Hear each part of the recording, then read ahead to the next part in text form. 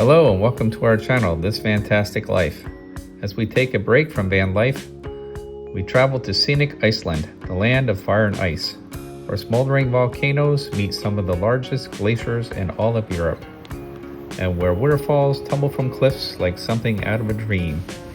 From the thundering power of Godafoss to the quiet charm of sheep wandering in a windswept plain, this island is wild and beautiful. We found an overnight flight on Iceland Air for only $375, landed in Keflavik Airport, and then took the bus to the Blue Lagoon.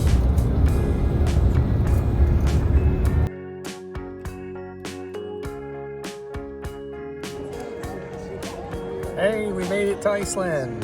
First stop is the Blue Lagoon. So here's how it worked. We landed in Iceland early in the morning on a red-eye flight from the States, tired, jet-lagged, and in desperate need of a recharge. We had pre-booked a transfer package that cost about $190 per person. That included the bus from Keflavik Airport to the Blue Lagoon, unlimited hours in the lagoon itself, and then a second bus that drove us directly to our hotel in Reykjavik. Super convenient. Once you arrive, you're guided into the changing rooms, where yes, it's true, you do have to shower naked before entering the water. That's standard in Iceland for hygienic reasons, and honestly, no one's paying attention, so you just embrace it. The water sits at a perfect 100 degrees Fahrenheit, that's around 38 Celsius, and it feels amazing, especially after a cramped flight. It's rich in minerals like silica, algae, and sulfur, which give the lagoon that iconic milky blue color. A quick bit of history. The Blue Lagoon isn't actually a natural hot spring. It was formed in the 1970s next to a geothermal power plant. People started noticing that the water, a byproduct of the plant, was doing wonders for their skin. The lagoon officially opened as a public bathing facility in the 1980s, and the rest is history. Your entrance to the package also includes a silica mud facial, access to steam rooms, saunas, and a peaceful, tranquil area if you just want to lay back and relax. One of the coolest features? The swim-up bar. You get one free drink included in your ticket, alcoholic or non, and sipping a cold drink in hot water surrounded by lava rocks is kind of the dream. I ended up staying here for a full 3 hours, and honestly, I could have stayed longer. It was the perfect way to shake off the jet lag and ease into the Icelandic experience. After a day of relaxing in Reykjavik and soaking in the Blue Lagoon, it was time to start the real adventure. Iceland's legendary Ring Road. We decided to book Arctic Adventure's standard 6-day Ring Road tour, which circles the entire island. First stop on the iconic Golden Circle was Thingvellir National Park, a place that's geologically and historically epic. One of the only places in the world where you can actually see the boundary between two tectonic plates above ground. Thingvellir sits at the Mid-Atlantic Ridge, where the North American and Eurasian plates are slowly pulling apart, about 2.5 centimeters a year. The result, dramatic rifts, canyons, and cracks in the earth that you can literally walk between. But Thingvellir isn't just a geological wonder, it's also one of Iceland's most sacred historical sites. Back in 930 AD, Iceland's first parliament, the Althing, met right here at the Law Rock, making it one of the oldest parliaments in the world. And that's why Thingvellir is a UNESCO World Heritage Site. Our next stop on the Golden Circle is one of Iceland's most iconic and powerful natural wonders, the Gullfoss waterfall. You can hear Gullfoss before you even see it. The name means Golden Falls, and it definitely lives up to the hype. This two-tiered waterfall plunges over 100 feet into a dramatic canyon carved by glacial floods. Gullfoss is fed by the Hvita River, which flows straight from Iceland's second largest glacier, Vatnajokull. The raw energy here is incredible, and is one of the reasons this spot helped to inspire Iceland's environmental protection movement. This is Strokkur, the star of the show. It erupts every 5 to 7 minutes, shooting boiling water up to 65 feet into the air. The whole area is alive with geothermal activity, including steaming vents, bubbling mud pots, and that distinct sulfur smell that tells you the earth here is anything but quiet. Next up on our journey, one of Iceland's most recognizable waterfalls, Sjelandfoss. This one's not just beautiful, it's interactive. What makes Sjelandfoss so special is that you can actually walk behind it. And trust me, you're going to get drenched as you do it. Sjelandfoss drops about 60 meters or nearly 200 feet, from a high cliff that used to mark Iceland's ancient coastline. The word comes from the Eyjafjallajökull Glacier, the same volcano-glacier hybrid that famously disrupted air traffic back in 2010. There's a narrow path that loops behind the waterfall, offering a surreal 360-degree view. But be warned, you will get wet, so pack a rain jacket or just embrace it. Just when we thought Iceland's waterfalls couldn't get any more dramatic, we arrived at Skogafoss. This one's a beast. Skogafoss drops 200 feet and it's about 25 meters wide. You can feel the power of it in your chest. On sunny days, you'll almost always see a rainbow. Skogafoss is fed by the Skoga River, which comes from glaciers up in the Highlands. Our next stop was at Reynisfjara Beach, one of the most stunning, surreal, and photographed places in all of Iceland, and also one of the most dangerous. This beach is world famous for its jet black volcanic sand, towering basalt columns, and those eerie sea stacks rising from the ocean just offshore. The basalt columns that you see were formed when lava cooled rapidly and cracked into near-perfect hexagonal shapes. They look man-made, but they're entirely natural. At one point on the beach, you can walk into a cave and see them really up close. The beach was overrun by tourists when we were there, and people were climbing on the columns. Please don't do that. There are signs everywhere for a reason. It's not just precaution, the danger is real. But as beautiful as this place is, it's also incredibly dangerous. Sneaker waves, sudden powerful waves that can surge much further up the beach than expected, have claimed several lives here in recent years, including those of a 6-year-old child only a few weeks before our visit. If you visit Reynisfjara Beach, never turn your back on the ocean and stay well away from the waterline. The waves don't look that big until they are. This is the Myrdal Church in Vik. Finally, we settled into our hotel, the Adventure Hotel in Garland, and had a wonderful dinner together to celebrate our first day on the tour.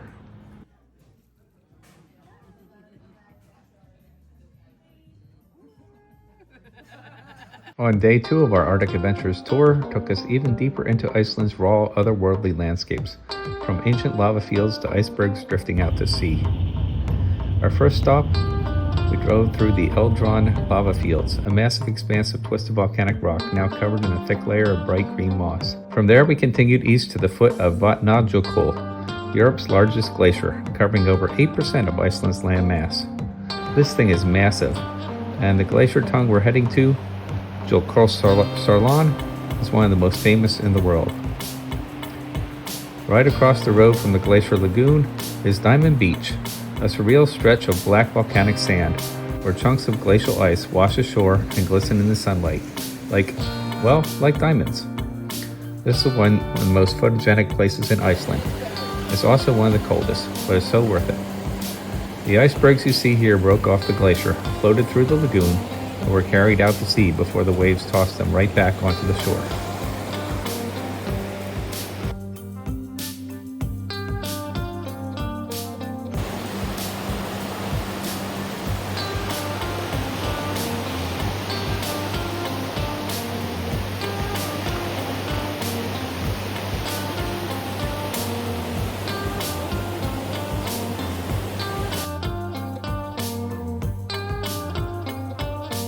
And then just across the road, we visited the incredible Jokulsarlon Glacier Lagoon, where icebergs the size of houses float peacefully across bright blue glacial waters. It's wild to think that this is all constantly moving, changing, melting. You might even spot seals swimming between the icebergs. The lagoon is growing every year as climate change accelerates glacial melt. It's beautiful, but it's also a stark reminder of what's at stake.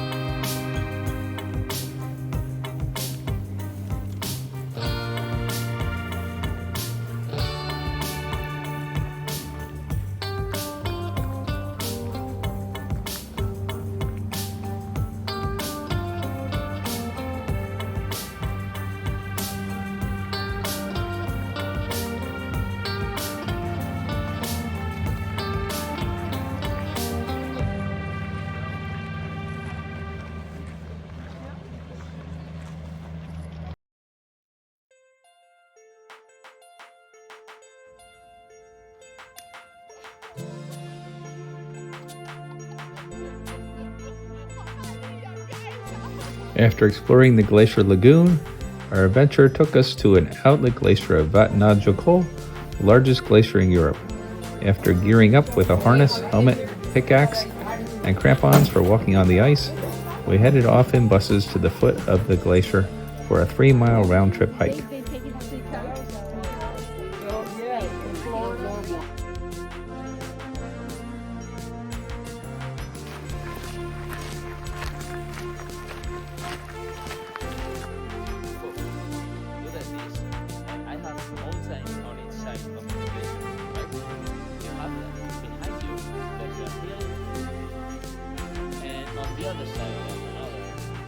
Once we reached the ice, we put on our crampons and followed our guide as we explored drain holes, crevasses, and even got to taste the glacial water runoff. It was quite an exhilarating feeling walking on the glacier. Quite a different experience, seeing the deep blues of the ice and being able to actually walk around on a place that is quickly receding over the years due to global warming. It's important to remember that these things don't last forever, and that we have to take care of our incredibly beautiful planet. On the way back down the glacier, my knee was really hurting, and I had to hold on to the guide for a lot of help so that I wouldn't slip and fall. But the experience was totally worth it, and one that I'll remember for a lifetime.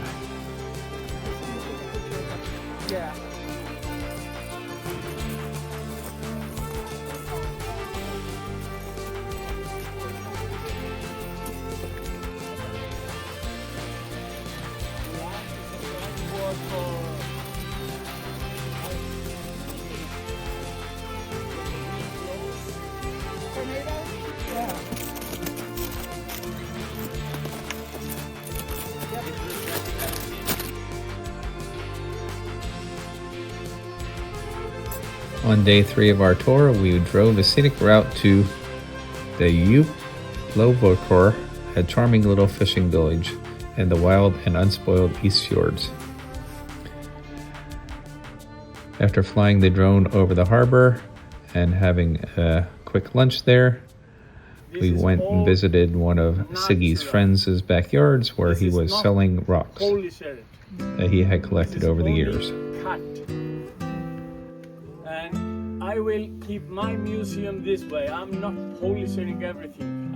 We continued over a unpaved mountain pass with incredibly scenic views and some steep drop-offs.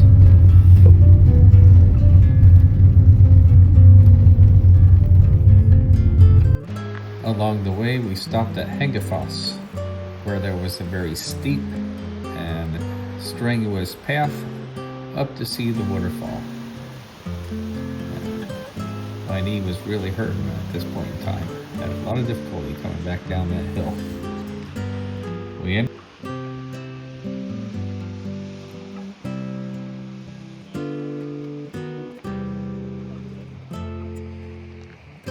our day at the Wilderness Center, which is a historic hub and museum on the edge of Iceland's magnificent Highlands. Dinner was spectacular. Here they had the most incredible lamb that you ever tasted, served family style with a bunch of potatoes, sweet potatoes. And in the evening, we were treated to a spectacular showing of the Northern Lights.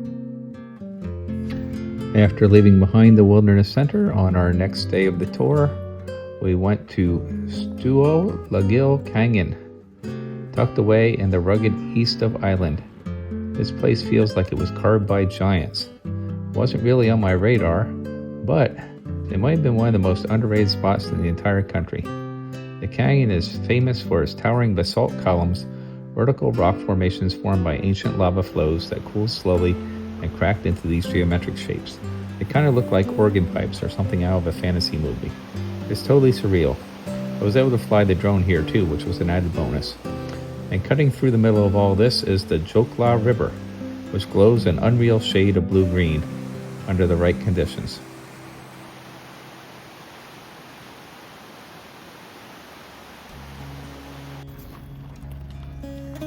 In a land shaped by fire and ice, Icelanders had to get creative when it came to shelter. And what they built is as brilliant as it is beautiful: turf houses. These are Iceland's traditional turf homes, part house, part hill, and all ingenuity. And believe it or not, people lived in houses like this for over 1,000 years. Stone and wood were scarce in early Iceland, but moss and turf, they were everywhere. So Icelanders layered blocks of sod over a wooden frame to create warm, insulated homes that could survive the brutal winters. Just when you think Iceland can't get any weirder, you arrive at Namarasko, a geothermal wonderland that feels like stepping onto another planet. Namarasko, also called Thingvellir, is one of the strangest and smelliest places we've visited so far. Located near Lake Myvatn, Namarasko is a hyperactive geothermal area. With little vegetation, just boiling earth, volcanic minerals, and the constant hiss of steam under pressure. Again, I was able to fly the drone here and get this stunning, beautiful images.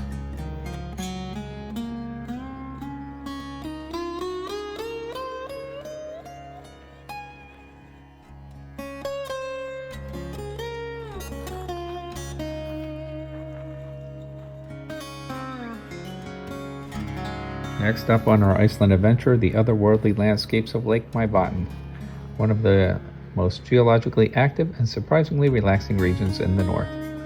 While most of our group took advantage of a couple hours in the hot spring there, as similar to the Blue Lagoon but less touristy, we were able to take a nice walk and fly the drone up and get some nice images around the area.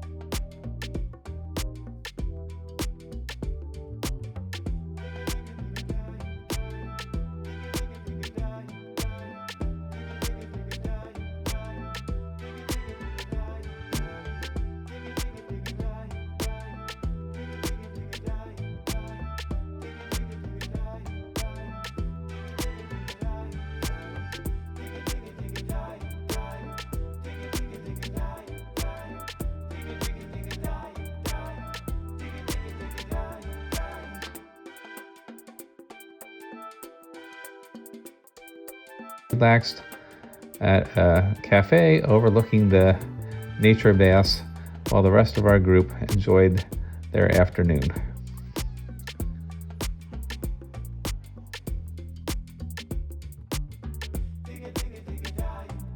After soaking in the geothermal magic of Myvatn, we hit the road again, heading west, and just when we thought Iceland had shown us every kind of waterfall, we arrived at this. This is Godafoss, the waterfall of the gods, and once you see it, the name makes perfect sense. Godafoss isn't the tallest or the widest waterfall in Iceland, but it might be the most graceful. It's about 12 meters high and 30 meters wide, and is perfectly curved like a natural amphitheater of water. It reminded me exactly of Niagara Falls. The name Godafoss has roots in Iceland's history. Back in the year 1000 AD, when Iceland officially converted to Christianity, legend had it that a law speaker threw his statues of the Norse gods into this waterfall, symbolizing the country's shift from paganism to Christianity. So yeah, this place isn't just beautiful, it's historic. And standing here, you feel the weight of both nature and culture. There are walking paths that take you to different viewpoints, and honestly, every angle is stunning. Whether you hike down close to the base or look across from the east bank, Godafoss delivers. After a day of chasing waterfalls and soaking in the volcanic hot springs, it was time to slow down just a little Welcome to Akureyri, Iceland's second largest town and the unofficial capital of the north. Akureyri has a population of just over 18,000. But don't let its size fool you. It's full of charm, color, and some surprisingly great food. The town sits at the base of Eyjafjörður, Iceland's longest fjord, and is surrounded by mountains that are snow-capped almost year-round. On a clear day, the views are postcard perfect. One of the most iconic landmarks in Akureyri is the Akureyri Kirkjufell, the church perched above the town with a staircase that will definitely get your steps in. Inside you can check out the beautiful stained glass and even a ship hanging from the ceiling, but the church was closed at the time that we visited. There's also a great botanical garden nearby and lots of shopping and food on the main district.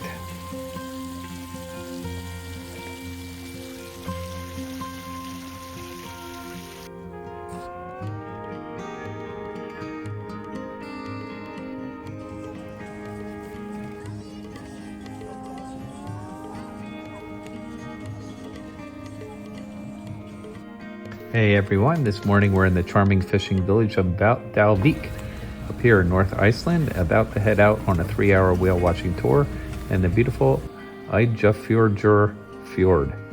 It's one of the best places in the country to spot humpback whales, so fingers crossed. Eyjafjörður is Iceland's longest fjord, and it's absolutely stunning, has calm waters, snow-capped peaks, and today it was smooth sailing despite a little bit of rain. After donning ourselves with the wet gear that was provided by our tour company, we went out on this boat into the water in hope of spotting a humpback. We were able to see one humpback whale, a whale named Balua. You can tell that it's Balua by recognizing the markings on his fluke. Those unique black and white patterns. Every humpback has a different one, kind of like a fingerprint. It came very close to the boat and we were able to get some good views of it before it took its dives. Humpbacks can grow up to 50 feet long and they migrate thousands of miles every year. Some of them travel from here all the way to the Caribbean and back. There's something kind of humbling about seeing a creature that just moving so gracefully through the water. So that was our whale watching trip out of Dalvík. And we got back in and had a nice lunch at a restaurant in the village where they had fish soup on the menu.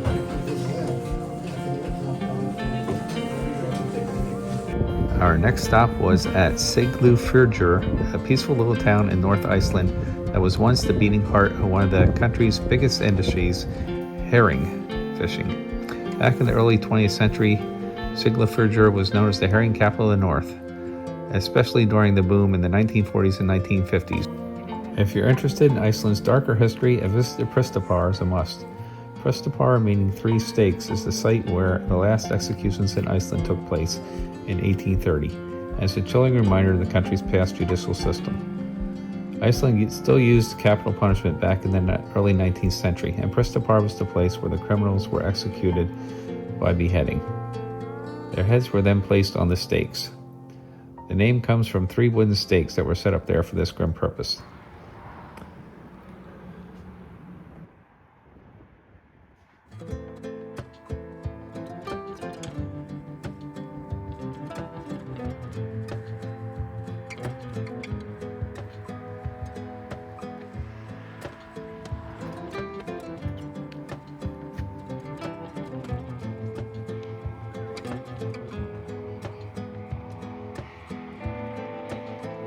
In the evening, we checked into our most luxurious hotel, the Hotel Lagerbaki, and had our final dinner together as a group.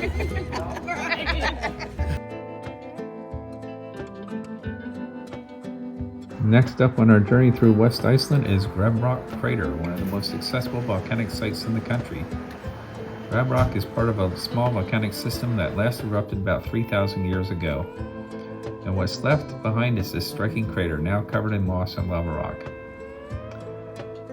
We were able to fly the drone here, and because my knee was still hurting, I didn't climb the 10 to 15 minutes up the staircase to the boardwalk. Instead, I just relied on the drone for my views.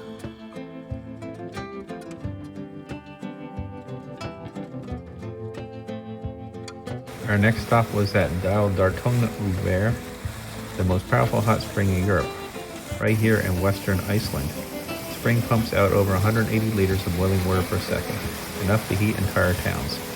The hot water here is piped to Borgarnes and Akureyri, kilometers away, to heat homes and businesses. Continuing on, we arrived at Sjelandfoss, which translates to lava falls. This isn't your typical waterfall. Instead of rushing over a cliff, the water actually seeps out from underneath a wide stretch of lava rock, the result of an ancient eruption from a volcano under the Vatnajokull Glacier. It's like hundreds of small streams pouring out of the black rock, cascading into the glacial river below.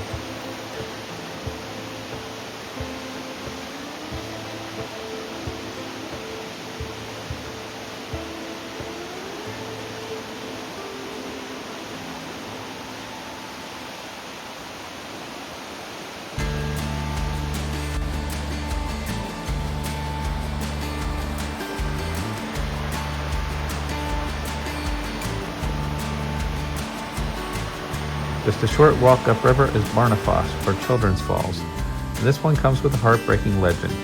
According to the story, 2 children from a nearby farm were left home alone while their parents went to church. Bored and curious, they decided to follow a natural stone arch that once crossed over the river here. Tragically, they slipped and fell into the rushing water and were swept away.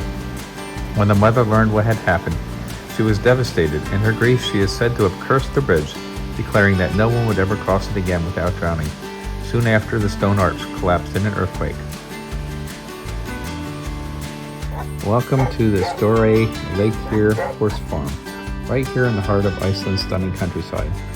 This is where we get up close and personal with one of Iceland's most beloved treasures, the Icelandic horse. Icelandic horses might look small compared to many regular horse breeds, but don't let that fool you. These horses are incredibly strong, sturdy, and built to handle Iceland's rugged terrain and harsh weather. One of the biggest differences is that Icelandic horses have a unique gait called the tolt, a smooth 4-beat gait that feels almost like gliding when you ride. Most regular horses don't have this gait, so riding an Icelandic horse is a totally different experience. Also, Icelandic horses are purebred and isolated. Importing horses into Iceland is banned, so this breed has stayed pure for over 1,000 years, dating all the way back to the Vikings. These horses are not only tough, but they're also friendly and social. Whether you're an experienced rider or beginner, the Icelandic horse is known for its gentle nature and smooth ride. This is Snorri's Pool, a fascinating historic site located in Reykjavik, a small village in West Iceland. This natural geothermal pool dates back over 1,000 years and is believed to have been built and used by Snorri Sturluson, one of Iceland's most famous medieval poets, historians, and politicians. Well, this was the last day of our 6-day tour with our friends and buddies that we met along the way. They dropped 5 of us in Borgarnes, a charming town in West Iceland that's rich in history and surrounded by stunning nature, on a peninsula overlooking the beautiful Borgarnes Fjord. One of the town's most notable landmarks here is the Brakin Monument, which honors the women who played a crucial role during the herring boom and the early Stuolagil times. The monument celebrates their hard work and resilience, reminding us of how the fishing industry shaped much of Iceland's economy and society. We had another lovely lamb dinner here with our new buddy, Ron. When we booked our tour with Arctic Adventures, the basic package is a 6-day tour, but we bolted on a 7th day to visit the Snaefellsnes Peninsula. The entire package cost about $2,700 per person, and that included breakfast every day, the whale watching, and the glacier hiking adventure. Welcome to the Snaefellsnes Peninsula, one of the most breathtaking regions in Iceland, and often referred to as Iceland in miniature. Our first stop here is the magnificent Kirkjufell, the most photographed mountain in Iceland. With its iconic cone shape and nearby waterfall, it looks like something straight out of a fantasy movie, and it kind of is, since it appeared in Game of Thrones as the mountain like an arrowhead. Our next stop was at the Snaefellsnes National Park Visitor Center. The Snaefellsnes is a glacier-capped volcano that towers over the western tip of the peninsula. On a clear day, you can see the glacier on the top of the peak of the mountain. As we explored the peninsula, we passed through the tiny coastal towns like Arnarstapi and Hellnar, both of which are home to dramatic sea cliffs and natural stone arches and nesting seabirds.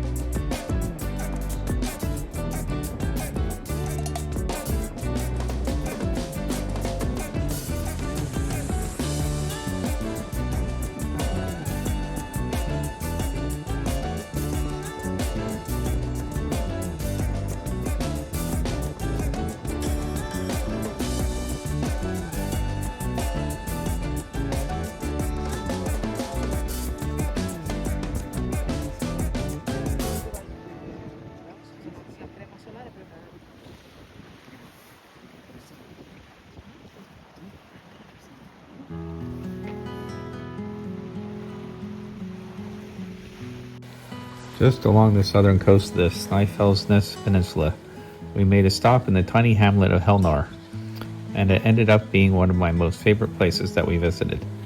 Hellnar is a former fishing village nestled between the sea and the cliffs. It's known for its stunning coastal walks, sea caves, and unique lava formations.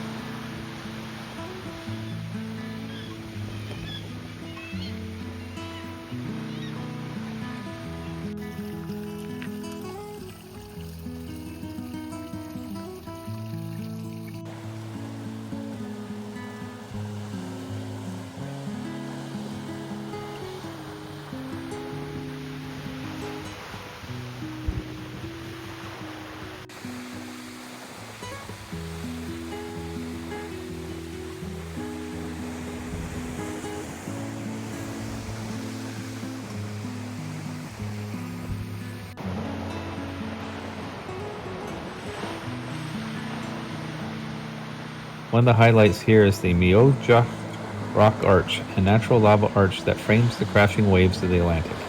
You can hike right down near the water and see the arch up close. The sound of the waves echoing through the cave and the black volcanic rock make you feel like it is something out of a fantasy world. Not far from Hellnar is another interesting landmark, the Snaefellsnes Lava Tower.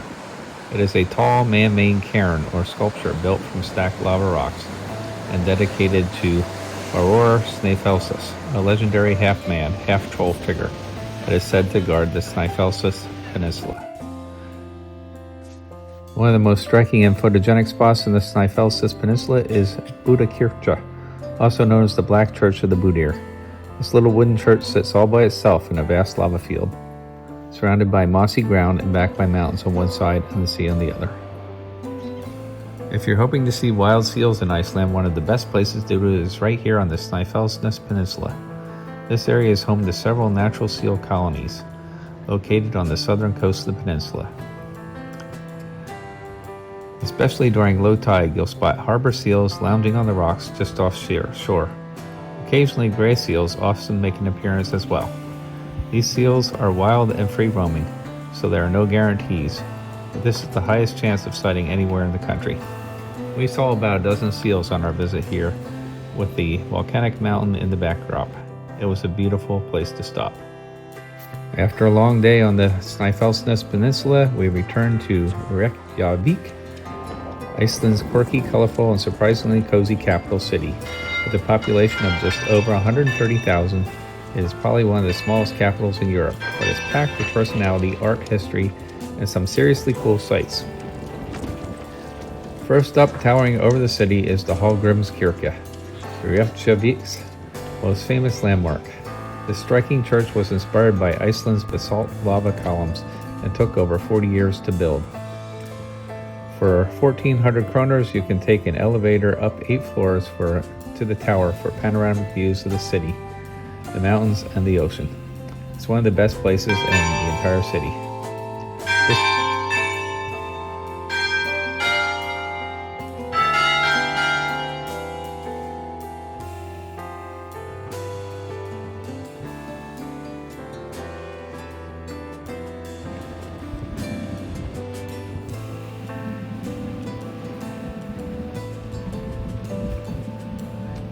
Below the Hallgrímskirkja is the Skogafoss, better known as Rainbow Street. It's a vibrant stretch of shops, cafes, and galleries, painted in bright rainbow colors to celebrate love, diversity. From there, we headed down to the harbor to find the Harpa Concert Hall. We also saw the lighthouse, and a short walk along the waterfront brought us to the Sun Voyager, or the Solfar. This modern steel sculpture looks like a Viking ship reaching toward the horizon. It's not meant to represent any one thing, it's more of a dream boat, symbolizing discovery, freedom, and Iceland's connection to the sea. Reykjavik might be small, but it packs in a lot of charm, creativity, and culture. It was the perfect place to end our Iceland adventure. Well, we stayed our final night in Reykjavik at the Hotel Orkin, and then got up and had breakfast and went to the Keflavik airport using the fly bus system. Icelandic Air Flight 643 at 5 p.m. to BWI in the United States, arriving at 7:25 p.m. and concluding our trip. Well, I hope you enjoyed our video on our 9-day trip to Iceland. If you did, please leave a comment and give us a like, and we really could use subscribers. So if you're not one of our subscribers yet, please click that van icon in the lower right-hand corner of your screen there and sign up with your email. It'll only take 1 minute to do, and it will really help grow the channel. We need your support in order to keep bringing you videos like this of our travels. Thank you so much for those supporters that are already subscribers, and until next time, happy travels.